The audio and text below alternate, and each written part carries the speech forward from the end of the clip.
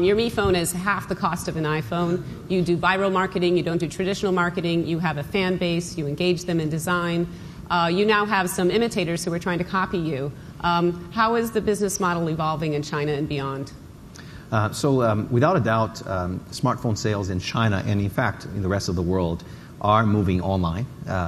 In China, about 40% of smartphones sold are sold online, which is a significant growth. It is true that there are players that have also emerged as sort of primarily focused online. Although really I think what they're doing is looking at the business model that we had maybe a year ago. Right? We continue to move forward. We continue to innovate. We continue to do new things. I'll mention an example, and we can come back to this when we talk about smart home. But we have introduced a crowdfunding model in China for some of our ecosystem products, which means it kind of works like Kickstarter, right? It's we launch a project to the community, and they decide whether or not they want to back it. If enough people back it, then we manufacture the product and we make it. This is a very scalable model, of course, that allows us to essentially build an entirely new business on top of what we already have today. And this is just one of many things that we're trying out. So I think we will continue to stay ahead of the curve by doing new things all the time. And if somebody is quote unquote copying us, as you said, they probably really are looking at Xiaomi from a year ago or more. So you've been traveling a lot lately. You launched in Brazil, which is you're from Brazil. It must have been. I know your mother was very proud, standing in the front row. You said that you actually had to have 2 sessions because there were so many fans in Brazil. Can you give us a sense of how sales are going? And with China growing more crowded, it feels that there's more pressure to move quickly abroad. So Brazil is a huge market. Brazil is in fact the 4th largest smartphone market in the world. And it's growing very, very quickly. It's also a peculiar market in the sense that it's highly protected.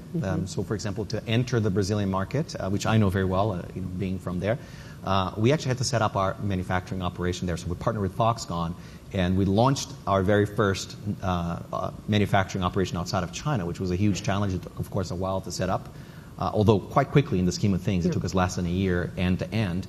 Brazil is an interesting market because it's a market of technology enthusiasts. I used to work for Google, as you know, and Brazil was the one market where we always saw anything we at Google at the time built take off the fastest. Right? Brazil is very curious and very, very technology savvy. You've been spending a lot of time in India. I guess your online sales there are growing quite rapidly.